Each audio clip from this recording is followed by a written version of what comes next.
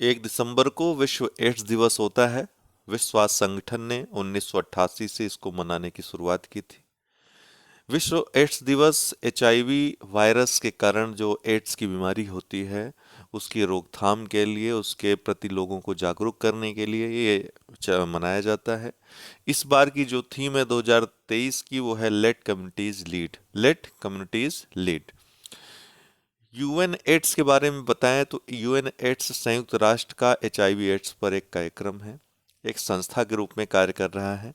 Headquarter इसका Geneva Switzerland में है। स्थापना 26 जुलाई 1994 को हुई थी। इसने 1996 से अपना कार्य प्रारंभ किया था। इसकी पैतृक संस्था जो है संयुक्त राष्ट्र सामाजिक और आर्थिक परिषद है। विश्व एड्स रिपोर्ट 2023 इस संस्था ने जारी की है, जो कहती है कि साथ मिलकर, अगर साथ आए लोग, एक साथ एकजुट हो जाएं, तो 2030 तक खत्म कर सकते हैं एड्स को। इतनी बातें याद रखनी है। भारत में अगर एड्स की बात करें तो 1987 में पहला मामला आया था। राष्ट्रीय एड्स समिति का गठन भी 1987 में किया गया था, जो कि एक महत्वपूर्ण तथ्य है। 1992 में भारत का पहला राष्ट्रीय एड्स नियंत्रण कार्यक्रम एनएसीपी का पहला चरण, जो कि 1992 से 1999 तक चला, ये स्टार्ट हुआ। इसके साथ ही 1992 में राष्ट्रीय एड्स नियंत्रण कार्यक्रम के संचालन के लिए नाको का गठन हुआ, एनएसीओ, राष्ट्रीय एड्स नियंत्रण संगठन का, नेशनल एड्स कंट्रोल ऑर्गेनाइजेशन का। इसका हेडक्वार्टर नई दिल्ली में है। जो लाल फीता आप देखते हैं अक्सर एड्स के चिन्ह के रूप में, वो नाको का ही चिन्ह है। इसके बाद और चरण जो चले एनएसीपी के, दूसरा चरण 1999 से 2006, तीसरा 2007 से 2012, चौथा चरण 2012 से 2017, और यहाँ तक एड्स पर काफी हद तक कंट्रोल भारत ने कर लिया। अभी जो चरण चल रहा है वो पांचवा चरण चल रहा है, 2021 से 2026 तक ये चलेगा। इतनी बातें आप याद रखिएगा। महासागर क्या है? तो भारतीय नौसेना की आउटरीच पहल है जिसका नाम महासागर है। समुद्री प्रमुख जो हैं इस क्षेत्र के, उनके बीच आभासी बातचीत के लिए इसको शुरू किया गया है। नई दिल्ली में 40वें तट रक्षक कमांडरों का सम्मेलन ये आयोजित हुआ। रक्षा मंत्री राजनाथ सिंह के द्वारा इसका उद्घाटन किया गया। नई दिल्ली में आवास व शहरी मामलों के मंत्रालय के द्वारा SBM Swachh Bharat mission Gobardhan biogas सम्मेलन, accelerating waste to wealth and circular economy सम्मेलन आयोजित हुआ। कहाँ पे? नई दिल्ली में। किसके द्वारा? आवास व शहरी मामलों के मंत्रालय के द्वारा। अमा बैंक ये उड़ीसा सरकार द्वारा वहां के 4373 बैंक रहित जो गांव हैं या पंचायत हैं, ग्राम पंचायत, उनको जोड़ने के लिए बैंकिंग सिस्टम से आरंभ किया गया है अमा बैंक योजना। 13वीं हॉकी इंडिया सीनियर पुरुष राष्ट्रीय चैंपियनशिप किसने जीती? तो पंजाब ने जीती, हरियाणा को हराकर। ठीक है, चौथी बार यह है जब पंजाब ने यह टूर्नामेंट जीता है। पीढ़ीगत धूम्रपान प्रतिबंध, आपको पता है कि न्यूजीलैंड ने 2008 के बाद पैदा हुए लोगों पर धूम्रपान प्रतिबंध लगा दिया था, जिसको नए प्रधानमंत्री क्रिस्टोफर लक्सन द्वारा रद्द करने की घोषणा की गई है। अमृत वृक्ष आंदोलन असम सरकार का ये कार्यक्रम है। एक दिन में 1 करोड़ पौधे लगाने का कार्यक्रम था ये। इसको 9 श्रेणियों में Guinness book of world record में दर्ज किया गया है। हेनरी किसिंजर 100 वर्ष की आयु में इनका निधन हो गया। अमेरिकी राजनयिक थे, सुरक्षा सलाहकार थे वहां के, और एक समय में अमेरिका की पूरी कूटनीति, राजनीति इन्हीं के इर्द गिर्द घूमती थी। इनका जर्मनी में हालांकि जन्म हुआ था, बाद में अमेरिका विस्थापित हो गए थे। 1973 में इनको शांति का नोबेल पुरस्कार भी प्रदान किया गया था। इनका हाल ही में निधन हो गया है। नेपाल समलैंगिक विवाह को आधिकारिक रूप से पंजीकृत करने वाला पहला दक्षिण एशियाई देश बन गया है। कौन? नेपाल। ध्यातव्य है कि नेपाली सुप्रीम कोर्ट ने 2007 में समलैंगिक विवाह को मंजूरी प्रदान की थी।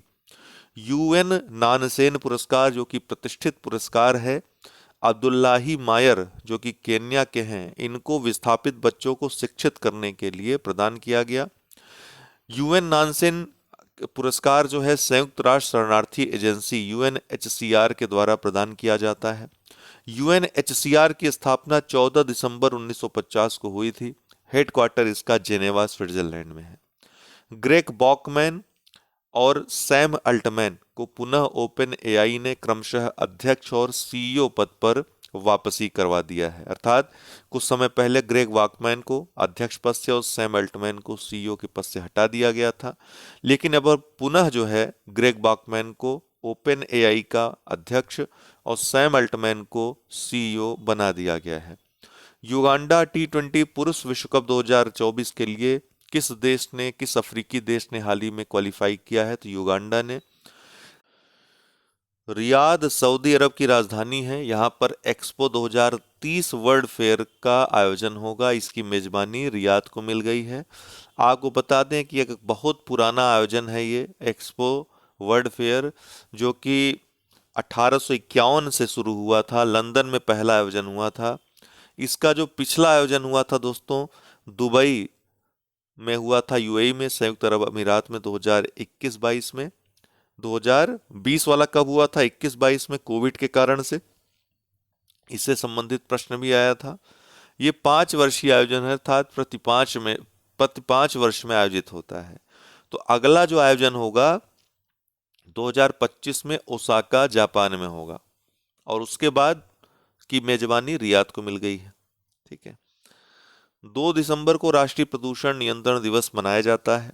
इसको 2-3 दिसंबर 1984 को हुए भोपाल गैस त्रासदी, जिसमें यूनियन कार्बाइड कंपनी के से एमआईसी का रिसाव हुआ था, मेथिल आइसोसाइनेट का, जिससे काफी लोगों की मृत्यु हो गई थी। एक बहुत ही बुरा दिन था ये। तो इसकी याद में, ताकि लोग औद्योगिक प्रदूषण पर नियंत्रण किया जा सके, जागरूक हों लोग, इसके लिए राष्ट्रीय प्रदूषण नियंत्रण दिवस के रूप में मनाया जाता है 2 दिसंबर को। उत्तर प्रदेश में 60 वर्ष से अधिक उम्र की महिलाओं को रोडवेज की बसों में मुफ्त यात्रा की घोषणा की गई है। नई बसों को खरीदने के लिए अनुपूरक बजट में 100 करोड़ रुपए की व्यवस्था हाल ही में की गई है। अनुपूरक बजट जो यूपी गवर्नमेंट का आया है। उत्तर प्रदेश सरकार ने 29 नवंबर 2023 को अनुपूरक बजट विधानमंडल में प्रस्तुत किया। वित्त मंत्री सुरेश खन्ना ने। 2023-24 का ये पहला अनुपूरक बजट था। इसकी मुख्य बातें क्या थी? ये जो बजट है, अनुपूरक बजट 28,760.67 करोड़ रुपए का कुल बजट है, जिसमें 7,421.21 करोड़ रुपए की नई योजनाओं पर बजट रखा गया है। विश्वकर्मा श्रम सम्मान योजना के लिए 2000 करोड़ रुपए, प्रधानमंत्री मित्र योजना के तहत लखनऊ हरदोई में पीएम मित्र पार्क के लिए 510 करोड़ रुपए। कहाँ? लखनऊ हरदोई में। यूपी डेटा सेंटर नीति के क्रियान्वयन के लिए 100 करोड़ रुपए। किसानों को मुफ्त बिजली प्रदान करने के लिए 900 करोड़ रुपए। गन्ना किसानों का बकाया चुकाने के लिए 400 करोड़ रुपए। विभागों में बिजली विभाग को सर्वाधिक आवंटन किए गए हैं, 6000 करोड़ रुपए से भी अधिक। गंगा एक्सप्रेस वे के लिए 518 करोड़ रुपए। राज्य राजधानी क्षेत्र प्राधिकरण के लिए आवंटन किया गया है, उसको बनाने के लिए। गोरखपुर व वाराणसी में एकीकृत मंडल कार्यालय की स्थापना के लिए 100 करोड़ रुपए की प्रारंभिक पूंजी का निर्माण किया गया है इस बजट के माध्यम से। उत्तर प्रदेश सरकार ने ऑनलाइन गेमिंग व लॉटरी, कैसीनो, घुड़दौड़ आदि पर कितना जीएसटी लागू किया है? 28% जीएसटी लागू कर दिया है। मोस्ट इंपॉर्टेंट फैक्ट है, याद रखिएगा। किस संस्था ने पहली बार हॉल ऑफ शेम सूची जारी की है, जिन्होंने गलत तरीके से धन बनाया हुआ है? तो फोर्ब्स ने। नई दिल्ली साहित्य अकादमी पुस्तक मेले का आयोजन कहां पर हुआ? नई दिल्ली में। विश्व डिजिटल प्रतिस्पर्धात्मकता सूचकांक 2023, जो कि आईएमडी के द्वारा जारी होता है, 64 देशों के लिए जारी हुआ, जिसमें पहले स्थान पे अमेरिका, दूसरे पे नीदरलैंड, तीसरे पे सिंगापुर रहा। भारत की रैंकिंग रही 49वीं। आशिया सत्तार बेंगलुरु की रहने वाली हैं, भारतीय हैं। इनको फ्रांसीसी साहित्य सम्मान night of the order of arts and letters से सम्मानित किया गया। बीएसएफ, जो जिसको सीमा सुरक्षा बल कहते हैं, बॉर्डर सिक्योरिटी फोर्स कहते हैं, 1 दिसंबर 1965 को इसकी स्थापना हुई थी। इसका इस बार 59वां स्थापना दिवस समारोह कहां पर आयोजित हुआ? हजारीबाग, झारखंड में, जिसमें गृह मंत्री ने भाग लिया, अमित शाह ने। केंद्र सरकार द्वारा जोशीमठ उत्तराखंड के पुनर्निर्माण योजना के लिए कितनी राशि की मंजूरी दी गई है? तो 1658 करोड़ रुपए की राशि की मंजूरी दी गई है। केरल में 5वां वैश्विक आयुर्वेद महोत्सव का आयोजन कहां पर हो रहा है? तिरुवनंतपुरम में। कहां पर? केरल में। 5वें वैश्विक आयुर्वेद महोत्सव का आयोजन। हार्नबिल महोत्सव, जिसकी पहचान नागालैंड के स्थापना दिवस के रूप में भी की जाती है। नागालैंड का जिस दिन स्थापना दिवस होता है उसी दिन हार्नबिल महोत्सव ही मनाया जाता है। इस बार 24वां हार्नबिल महोत्सव था। नागालैंड की राजधानी कोहिमा में आयोजित हुआ। आपको बताएं कि नागालैंड की स्थापना राज्य के रूप में 1 दिसंबर 1963 को हुई थी। शमसी तालाब और जहाज महल, ध्यान रखिए जहाज महल में ही शमसी तालाब स्थित है। कहां पर है ये? महरौली, दिल्ली में। यहां पर जल शक्ति मंत्रालय के द्वारा जल इतिहास उत्सव का आयोजन हुआ। कहां पे? शमसी तालाब, जहाज महल में। शमसी तालाब, जिसको हौजे शम्स कहते हैं, इसकी जो स्थापना, इसका जो निर्माण करवाया था वो शमसुद्दीन इल्तुतमिश ने करवाया था सल्तनत काल में। जहाज महल ये बहुत बाद में बना था। लगभग लोदी वंश के किसी शासक ने इसका निर्माण कराया था। जहाज महल इसे इसलिए कहते हैं क्योंकि जहाज महल की जो परछाई बनती है आसपास के तालाबों में, वो जहाज के आकार की बनती है। ठीक है, इसलिए इसको जहाज महल कहते हैं। अभी हाल ही में कहां पे प्रधानमंत्री के द्वारा 10,000वें जन औषधि केंद्र का उद्घाटन किया गया? तो एम्स देवघर में, झारखंड में। वी आर ललितंबिका इसरो की वैज्ञानिक हैं। इनको फ्रांस का सर्वोच्च नागरिक सम्मान लीजन डी ऑनर मिला है और यह अवार्ड पाने वाली, यह सम्मान पाने वाली इसरो की दूसरी वैज्ञानिक बन गई हैं। पहले थे एस किरण कुमार, जो कि इसरो के पूर्व अध्यक्ष भी थे। 3 दिसंबर को दिव्यांग व्यक्तियों का अंतर्राष्ट्रीय दिवस के रूप में मनाया जाता है। 1992 में इस दिवस की स्थापना संयुक्त राष्ट्र महासभा के द्वारा की गई थी। इस बार की जो थीम है, united in action to rescue and achieve the SDG sustainable development goals for which and by person with disabilities. ठीक है, for with and by person with disabilities. UNO संयुक्त राष्ट्र संघ ने 1981 में दिव्यांग व्यक्तियों का अंतर्राष्ट्रीय वर्ष घोषित किया था। फैक्ट है, 1993 से 1992 तक के जो दशक को दिव्यांग व्यक्तियों का दशक घोषित किया गया था। दिव्यांग व्यक्तियों के अधिकारों पर कन्वेंशन की बात करें तो इसका मसौदा 2006 में, इस पर हस्ताक्षर 2007 में न्यूयॉर्क में हुए थे और यह लागू 3 मई 2008 को हुआ था। कौन? कन्वेंशन। भारत इस कन्वेंशन में 1 अक्टूबर 2007 को शामिल हुआ था। दिव्यांगजन अधिकार अधिनियम 2016 इसी कन्वेंशन पर आधारित है। कन्वेंशन को लागू करने के लिए बनाया गया, जिसमें दिव्यांगता की स्थिति 7 से बढ़ाकर 21 कर दी गई भारत में। 1995 वाला जो अधिनियम था उसमें संशोधन किया गया। इसके पहले जो अधिनियम था दिव्यांगों के लिए 1995 बना था और यहीं से दिव्यांगों को, मतलब दिव्यांग एक नया नाम दिया गया, पहले विकलांग कहा जाता था। जनगणना 2011 में दोस्तों भारत में 26.8 मिलियन दिव्यांग आबादी रहती है, ऐसा सामने आया था। लगभग ये पूरी जनसंख्या का 2.21% माना जाता है, लेकिन इसको सही डाटा नहीं माना जाता। कई अधिकारी कह चुके हैं और कई वैश्विक रिपोर्टों में सामने आया है कि ये वास्तविक रिपोर्ट नहीं है, क्योंकि कई सरकारी योजनाओं में अगर पंजीकृत दिव्यांगों को देखें तो दिव्यांगों की संख्या ज़्यादा है, कहीं ज़्यादा है। विश्व बैंक के अनुसार अगर देखें तो भारत में 40 मिलियन दिव्यांग हैं, विश्व बैंक का यह कहना है।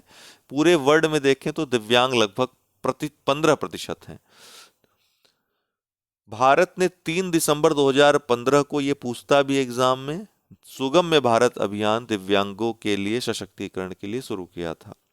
4 दिसंबर को भारतीय नौसेना दिवस के रूप में मनाया जाता है, क्योंकि 4 दिसंबर 1971 को ऑपरेशन ट्राइडेंट के तहत भारतीय नौसेना द्वारा 4 पाकिस्तानी जहाजों को डुबो दिया गया था समुद्र में।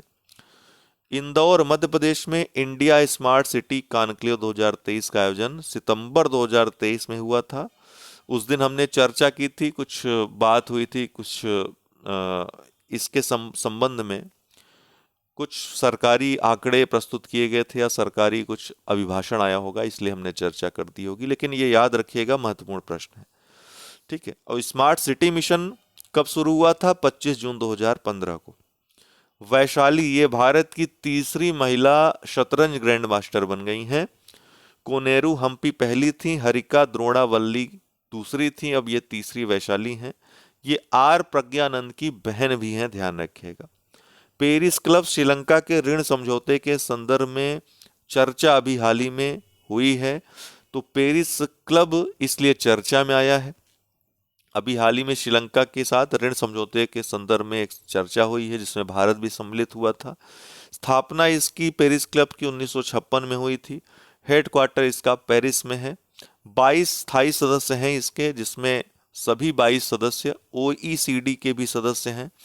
भारत और चीन पेरिस क्लब के सदस्य नहीं है, भारत एक तदर्थ भागीदार है। पेरिस क्लब ये चाहता है कि भारत इसमें सम्मिलित हो, लेकिन अभी कुछ प्रक्रियाएं बाकी हैं। शेट्टी-हल्ली वन्यजीव अभयारण्य शिवमोगा जिला कर्नाटक में स्थित है। मंडागड्डे प्राकृतिक पक्षी अभयारण्य भी यहाँ पर स्थित है। अभी हाल ही में ये चर्चा में आया है, क्योंकि NGT ने, नेशनल ग्रीन ट्रिब्यूनल ने कुछ इसको लाल सिग्नल दिखाया है। वॉकिंग निमोनिया माइकोप्लाज्मा निमोनी के कारण होने वाला निमोनिया है। चीन में विशेषतः बच्चों में असामान्य वृद्धि इसमें देखी गई है, मृत्यु काफी हुई है, इसलिए चर्चा में आया था। 5 दिसंबर को विश्व मृदा दिवस के रूप में मनाते हैं। UNGA संयुक्त राष्ट्र महासभा का जो 68वां सत्र हुआ था 2013 में, उसमें इसके लिए संकल्प लिया गया था। 2014 से प्रतिवर्ष इसको मनाया जाता है। इस बार की जो थीम है, मिट्टी और पानी जीवन का एक स्रोत। आरोग्य मैत्री एड क्यूब हरियाणा के गुरुग्राम में प्रोजेक्ट भीष्म के तहत दुनिया का पहला पोर्टेबल अस्पताल ये खोला गया है। इसके पहले गांधीनगर में इस पोर्टेबल अस्पताल की शुरुआत हुई थी। तो ये दूसरा शहर है हरियाणा का गुरुग्राम, जहां पे आरोग्य मैत्री क्यूब को शुरू किया गया है वही, पहले गांधीनगर गया था, अभी ये गुरुग्राम आ गया है। गजराज सिस्टम, भारतीय रेलवे द्वारा हाथी से टकराव की सुरक्षा के लिए यह AI आधारित प्रणाली लॉन्च की गई है। क्या नाम है इसका? गजराज सिस्टम। आर्टिफिशियल इंटेलिजेंस आधारित प्रणाली है ये। नई दिल्ली, यहाँ इंडिया इंटरनेट गवर्नेंस फोरम 2023 का आयोजन हुआ। इंटरनेट गवर्नेंस फोरम के द्वारा यह आयोजन हुआ था। इंटरनेट गवर्नेंस फोरम की स्थापना 2006 में हुई थी। संयुक्त राष्ट्र संघ के महासचिव के द्वारा इसको स्थापित करने की घोषणा 2006 में की गई थी। कंचन देवी भारतीय वानिकी अनुसंधान शिक्षा परिषद, जो कि देहरादून में स्थित है, इसकी पहली महिला महानिदेशक DG बनी हैं। कौन? कंचन देवी। नई दिल्ली में इंडियन आर्मी के द्वारा battle of minds Indian army quiz 2023, जो कि भारत की संख्या के आधार पर देखें छात्रों की तो सबसे बड़ी क्विज है, कारगिल युद्ध की 25वीं वर्षगांठ पर यह आयोजित हुई। सेंट जोन्स वाराणसी, जो कि उत्तर प्रदेश का है, ये विजयी रहा, इसलिए महत्वपूर्ण है, आ सकता है। इटली की राजधानी रोम में कोडेक्स एलिमेंटेरियस आयोग CAC की 46वीं बैठक आयोजित हुई। भारत एशियाई क्षेत्र से कार्यकारी समिति का सदस्य बन गया है। यहाँ आपको बताएं कि कोडेक्स की जो स्थापना हुई थी, कोडेक्स एलिमेंटेरियस आयोग की, WHO और FAO खाद्य और कृषि संगठन और विश्व स्वास्थ्य संगठन के द्वारा सम्मिलित रूप से की गई थी मई 1963 में। इसका जो हेडक्वार्टर है रोम में है, जहां FAO का हेडक्वार्टर भी है। भारत 1964 में इसमें सम्मिलित हुआ था। संयुक्त खाद्य मानक कार्यक्रम को लागू करने के लिए इसकी स्थापना की गई थी। ये कार्यक्रम किसका कार्यक्रम है? WHO और FAO का संयुक्त कार्यक्रम है। इसको लागू करने के लिए कोडेक्स एलिमेंटेरियस आयोग की स्थापना की गई थी। चूंकि भारत 1964 में इसमें शामिल हुआ था, तो कोडेक्स के जो मानक हैं इनको भारत में भी लागू किया जाता है खाद्य उत्पादों में। ठीक है। सिजेंटा फाउंडेशन इंडिया फिक्की पुरस्कारों में इस फाउंडेशन को सतत किसान आय संवर्धन श्रेणी में पहला पुरस्कार प्रदान किया गया। फिक्की की जो स्थापना हुई थी दोस्तों 1927 में हुई थी। हेडक्वार्टर इसका नई दिल्ली में है। इसके जो संस्थापक थे वो घनश्याम दास बिड़ला और पुरुषोत्तम ठक्कर थे। दोनों को महात्मा गांधी ने ये सुझाव दिया था इसको स्थापित करने का। इसके बाद इसकी स्थापना हुई थी। दिल्ली में AATCOC Asian Arab trade chamber of commerce द्वारा एशियन हज और उमरा एक्सपो 2024 का आयोजन किया जाएगा, इसकी घोषणा की गई है। स्कॉटी शेफलर गोल्फर हैं, पहली बार हीरो वर्ल्ड चैलेंज खिताब इन्होंने जीता है। किसने? स्कॉटी शेफलर ने। तो पहली बार हीरो वर्ल्ड चैलेंज खिताब इन्होंने जीता है, गोल्फर हैं। सिंधुदुर्ग महाराष्ट्र में नौसेना दिवस समारोह का आयोजन हुआ, मुख्य अतिथि प्रधानमंत्री थे। राजकोट के किले में छत्रपति शिवाजी की प्रतिमा का अनावरण प्रधानमंत्री ने यहां पर किया। IIT रोपड़ एक deep tech startup exploration drive Samriddhi conclave का आयोजन IIT रोपड़ पंजाब में किया गया। अभिनव चौधरी 66वें राष्ट्रीय शूटिंग चैंपियनशिप प्रतियोगिता जो कि भोपाल मध्य प्रदेश में आयोजित हुई, इसमें रैपिड फायर राष्ट्रीय चैंपियन ये बने हैं, 25 मीटर पिस्टल प्रतिस्पर्धा में चैंपियन बन करके। दिव्यांगजन सशक्तिकरण पुरस्कार 2023 राष्ट्रपति द्रौपदी मुर्मू के द्वारा नई दिल्ली में दिव्यांगजन सशक्तिकरण दिवस पे ये दिए गए। 21 व्यक्तियों और 9 संस्थाओं को कुल 30 अवार्ड इसके तहत दिए गए हैं, जिसमें सर्वश्रेष्ठ दिव्यांगजन श्रेणी में 5 लोगों को पुरस्कृत किया गया है, 3 पुरुष 2 महिला। पुरुषों में सत्यप्रकाश माता शरण तिवारी महाराष्ट्र के हैं, तहा इद्रीस हाजिक गोवा के हैं, वैभव तानाजी संगाले महाराष्ट्र के हैं। महिलाओं में सुनीता गुप्ता स्वर्णलता तमिलनाडु की हैं, सुनीता गुप्ता ये मध्य प्रदेश की हैं। श्रेष्ठ दिव्यांगजन श्रेणी में 10 लोगों को दिया गया, 5 पुरुष 5 महिलाएं। मुख्यतः जो आपको याद रखना है, 10 नहीं याद रखना है। तेजवीर सिंह ग्रेटर नोएडा उत्तर प्रदेश के हैं, अभिनव चौधरी गाजियाबाद उत्तर प्रदेश के हैं और ज्योति सिन्हा मुजफ्फरपुर बिहार की हैं। श्रेष्ठ दिव्यांग बालक या बालिका श्रेणी में 3 लोगों को पुरस्कार दिया गया। दिव्यांगजनों के लिए कार्यरत सर्वश्रेष्ठ व्यक्ति की श्रेणी में प्रशांत अग्रवाल को दिया गया, राजस्थान के हैं ये। सर्वश्रेष्ठ पुनर्वास पेशेवर की श्रेणी में डॉक्टर आपटे सुभाष को दिया गया, गुजरात के हैं ये। सर्वश्रेष्ठ अनुसंधान या उत्पाद देने वाले व्यक्ति के रूप में किसी को नहीं चुना गया, किसी को योग्य नहीं पाया गया। संस्थाओं में देखें तो सर्वश्रेष्ठ संस्थान या NGO का पुरस्कार सार्थक एजुकेशनल ट्रस्ट दिल्ली के और दीप स्तंभ महाराष्ट्र के, इन दोनों संस्थाओं को दिया गया। सर्वश्रेष्ठ नियोक्ता की श्रेणी को में अमेजन इंडिया को दिया गया। सर्वश्रेष्ठ प्लेसमेंट एजेंसी में किसी को नहीं पाया गया योग्य। सुगम्य भारत अभियान के क्रियान्वयन में सर्वश्रेष्ठ राज्य या केंद्र शासित प्रदेश या जिला की श्रेणी में मध्य प्रदेश को दिया गया। सुगम्य यातायात हेतु सर्वश्रेष्ठ कौन संस्था रही? India signing hands private limited. दिव्यांगजन अधिकार अधिनियम के क्रियान्वयन में सर्वश्रेष्ठ राज्य यूटी या जिला कौन रहा? गढ़चिरौली जिला महाराष्ट्र का। सर्वश्रेष्ठ राज्य आयुक्त दिव्यांगजन कौन रहे? श्री गुरु प्रसाद और संदीप रजक, क्रमशः गोवा और मध्य प्रदेश के हैं ये। पुनर्वासन पेशेवर सर्वश्रेष्ठ दिव्यांग डेवलपमेंट सोसाइटी कानपुर उत्तर प्रदेश की इसको मिला। तो ये बहुत महत्वपूर्ण है, पुनर्वासन पेशेवर का सर्वश्रेष्ठ जो अवार्ड मिला दिव्यांग डेवलपमेंट सोसाइटी कानपुर उत्तर प्रदेश को।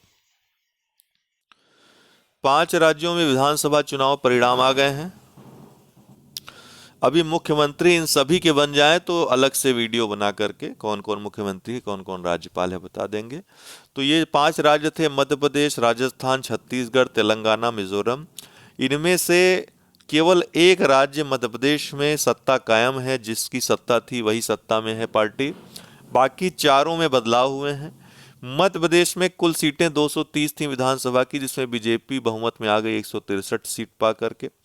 राजस्थान में कुल सीटें 199 थी, जिसमें बीजेपी 115 सीटें पाकर सत्ता में आई। छत्तीसगढ़ में कुल सीटें 90 थी, जिसमें बीजेपी 54 सीटें पाकर सत्ता में आई। तेलंगाना में कुल सीटें 119 थी, जिसमें कांग्रेस सत्ता में आई 64 सीटें पा करके। मिजोरम में कुल सीटें 40 थीं। ZPM जोरम पीपुल्स मूवमेंट इस पार्टी ने सर्वाधिक सीटें 27 सीट जीत करके सत्ता में पहली बार कदम रखा। 6 दिसंबर को दोस्तों डॉक्टर भीमराव अंबेडकर की पुण्यतिथि होती है। 6 दिसंबर 1956 को इनका देहांत हुआ था। इनका जन्म 14 अप्रैल 1891 में महू मध्य प्रदेश, जिसको वर्तमान में अंबेडकर नगर के रूप में जानते हैं, हुआ था।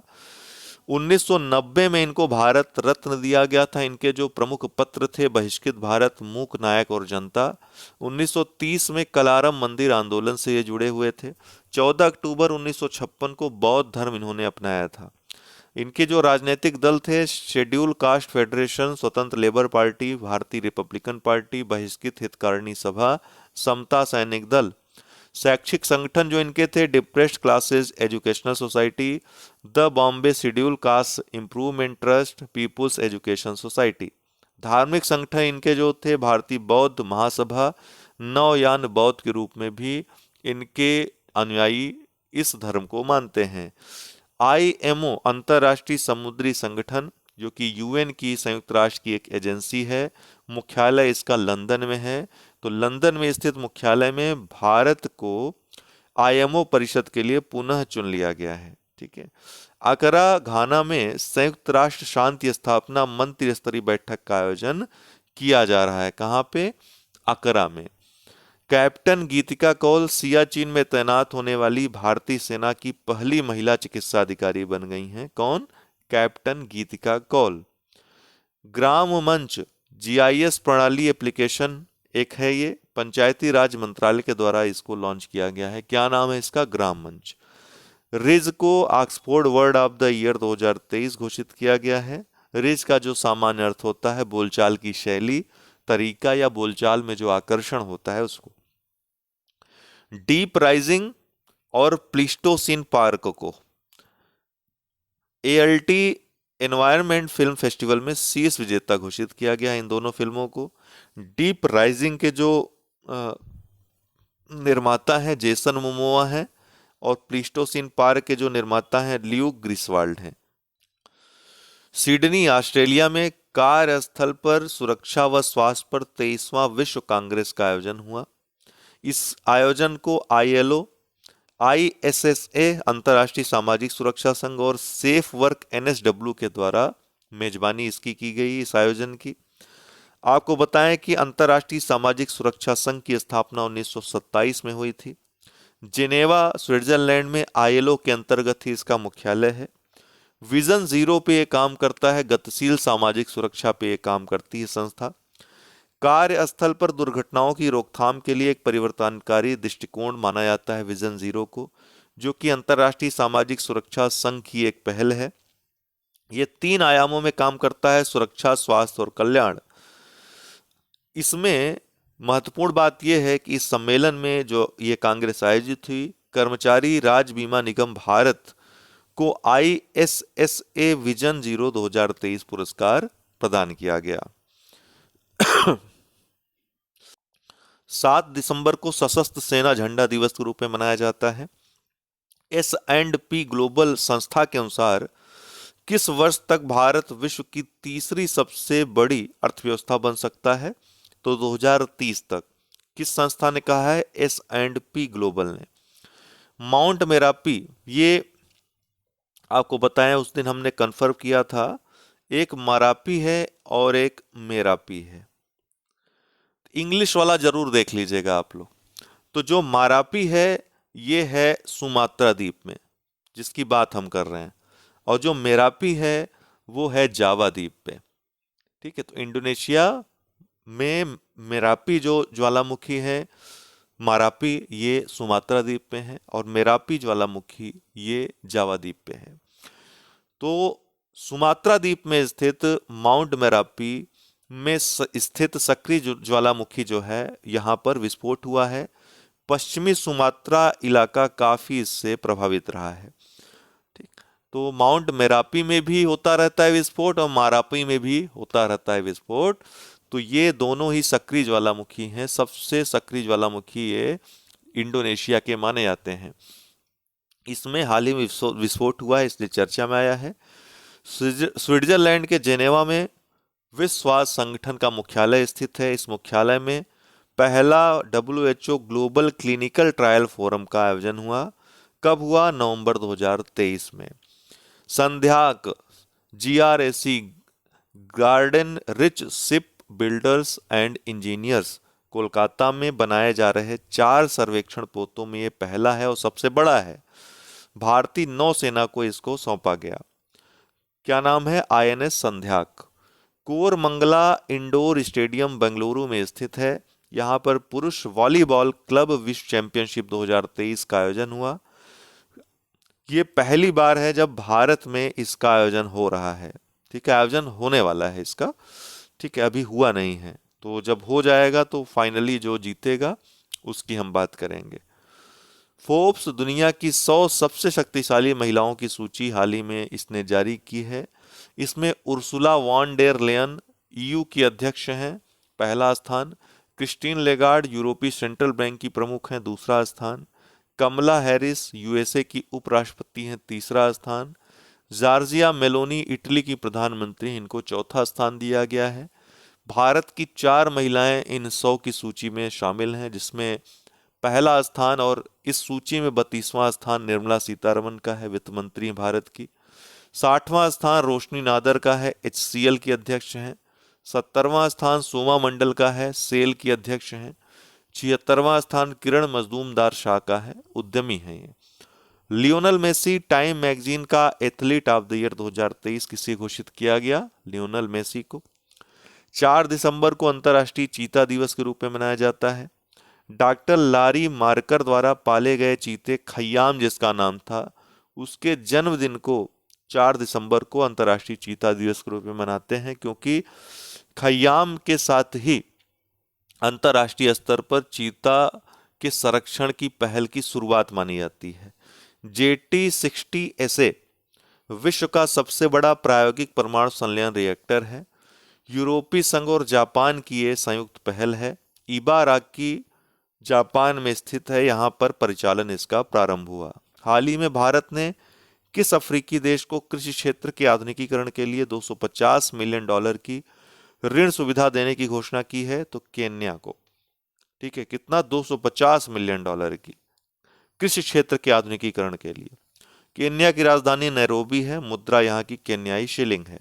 नन्हे फरिश्ते अभियान रेलवे सुरक्षा बल RPF का अभियान है ये, बाल तस्करी के खिलाफ अभी काफी उल्लेखनीय रहा। इनो योद्धा 2023 भारतीय सेना का तकनीकी नवाचारों का एक प्रदर्शन है। नाम क्या है? इनो योद्धा 2023। उत्तर प्रदेश के फिरोजाबाद को नगर निगम ने यहाँ के फिरोजाबाद का नाम बदल करके चंद्रनगर करने का प्रस्ताव पारित किया है। अक्षता कृष्णमूर्ति मार्स परसिवरेंस रोवर, जो कि नासा का रोवर है मंगल पर, इसको संचालित करने वाली पहली भारतीय बन गई हैं। कौन? अक्षता कृष्णमूर्ति।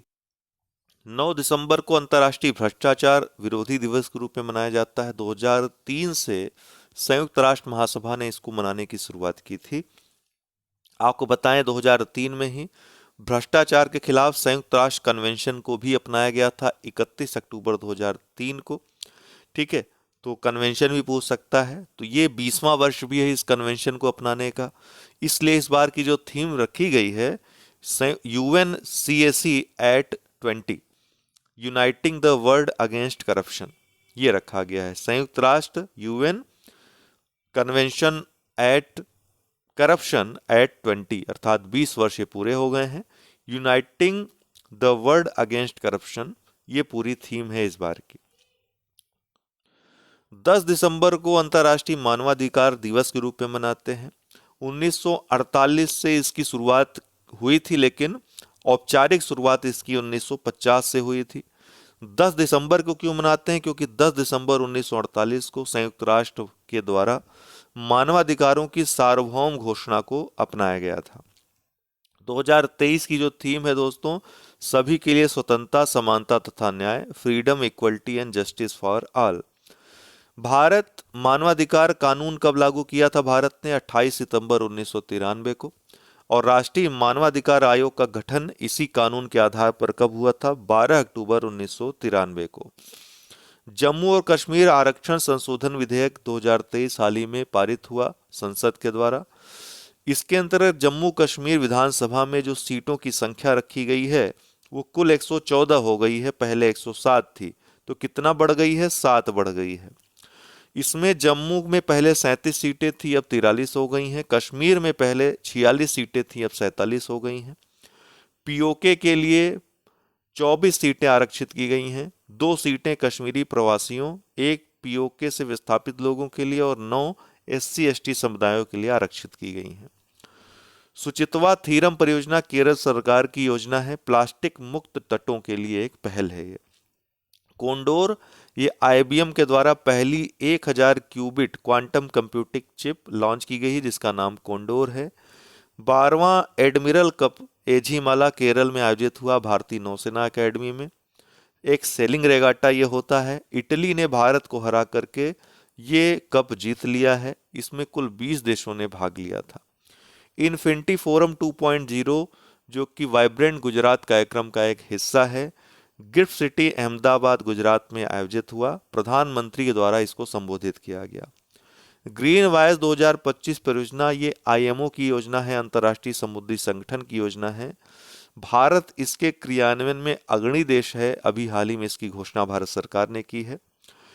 इस जो परियोजना है, इसका उद्देश्य क्या है? तो विकासशील देशों को ग्रीन हाउस गैस उत्सर्जन को कम करने के प्रयासों में सहायता देना।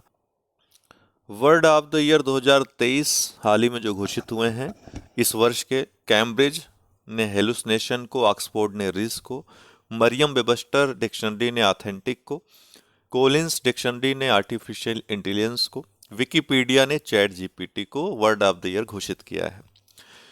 मॉरिशस की राजधानी पोर्ट लुइस में कोलंबो सुरक्षा कॉन्क्लेव का जो छठा एनएसए स्तरीय बैठक आयोजित हुआ। आपको बताएं, ये एनएसए स्तरीय बैठक 2020 से शुरुआत हुई थी। कोलंबो सुरक्षा कॉन्क्लेव की शुरुआत 2011 से हुई थी। ठीक है, इसकी स्थापना जो है भारत, श्रीलंका, मालदीव की एक बैठक से हुई थी। नीति आयोग की एस्पिरेशनल ब्लॉक प्रोग्राम, आकांक्षी ब्लॉक कार्यक्रम की बात करें तो पूरा आपको डाटा दे देते हैं। ये जो कार्यक्रम शुरू हुआ था दोस्तों 7 जनवरी 2023 को हुआ था शुरू। एबीपी के रूप में भी इसको जानते हैं। और दूसरा जो प्रोग्राम है आकांक्षी जिला कार्यक्रम, जिसकी शुरुआत 2018 जनवरी से हुई थी, जनवरी 2018 से, उसको एडीपी के रूप में भी जानते हैं, एडिशनल डिस्ट्रिक्ट प्रोग्राम के रूप में। तो एडिशनल डिस्ट्रिक्ट प्रोग्राम 112 जिले जो दो देश के हैं उनके लिए चलाया जाता है जो अति पिछड़े हैं। इनकी डेल्टा रैंकिंग हर महीने जारी की जाती है। वहीं आकांक्षी ब्लॉक कार्यक्रम की डेल्टा रैंकिंग तिमाही जारी की जाएगी और पहली तिमाही की रैंकिंग जारी कर दी गई है।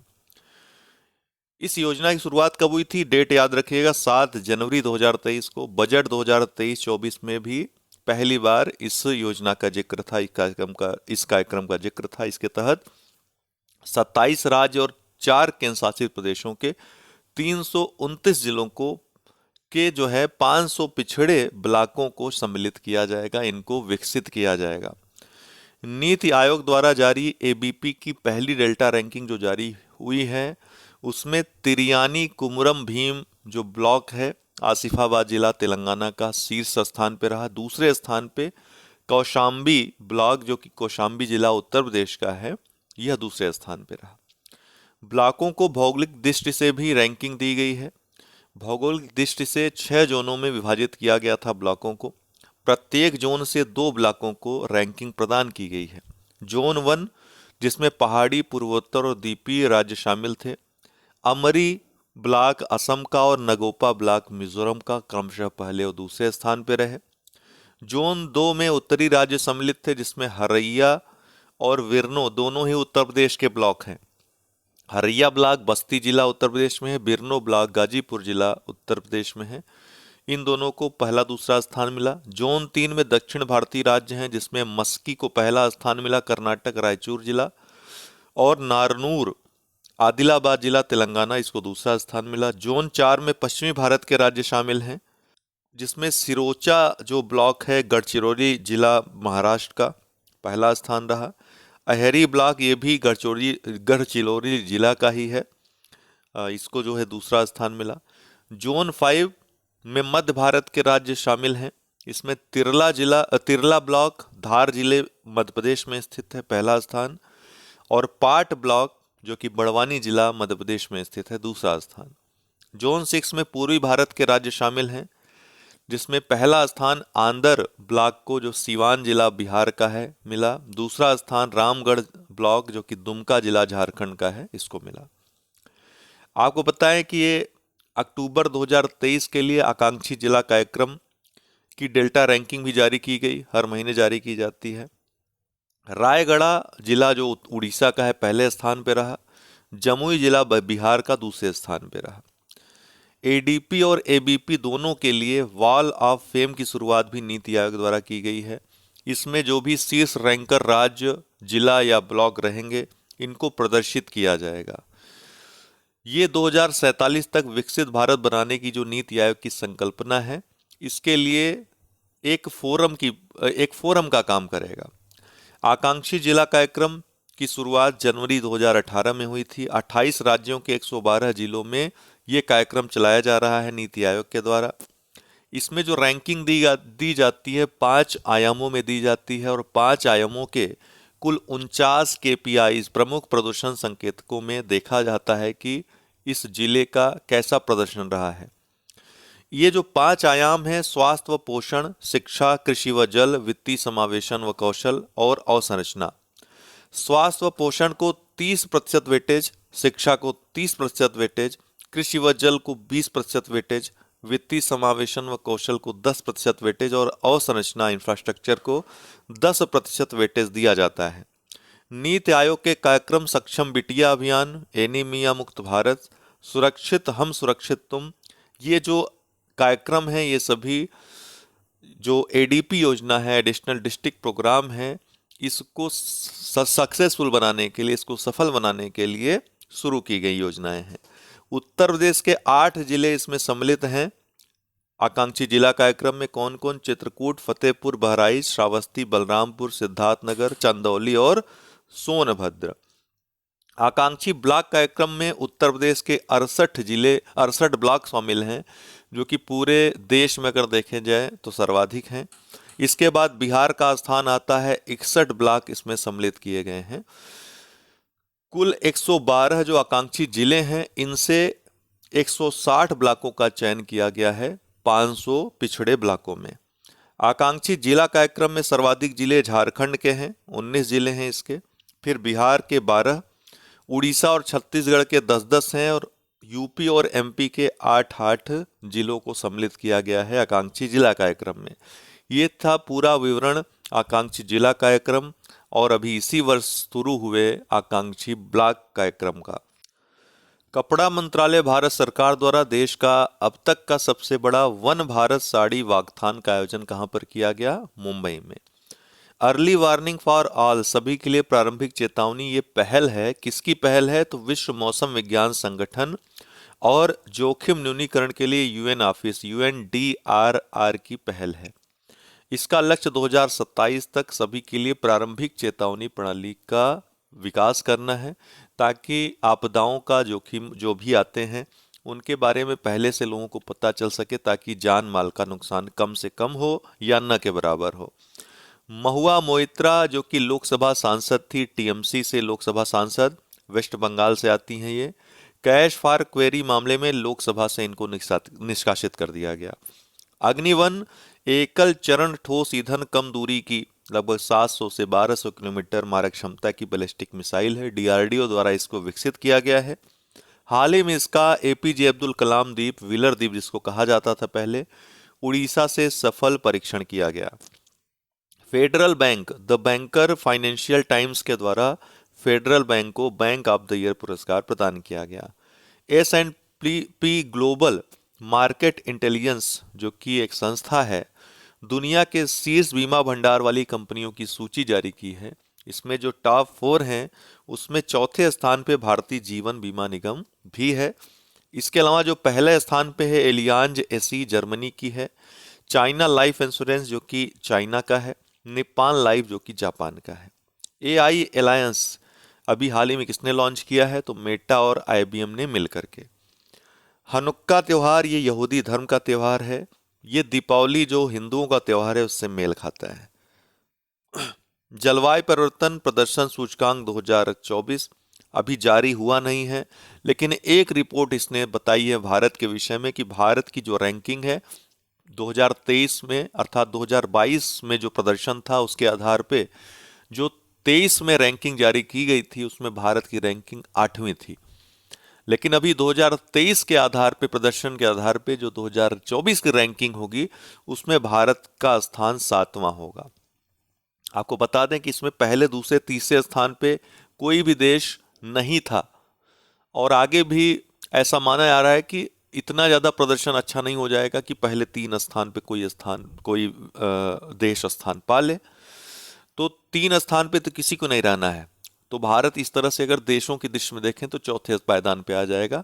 पिछले वर्ष के आधार पे अर्थात 2023 की रैंकिंग में 5वें स्थान पे था। कंफ्यूज मत होइएगा, यहाँ पर मैंने लिख दिया है कि ये जो रैंक जारी होगी 2024 में जो आएगा ये इंडेक्स उसमें जारी होगी।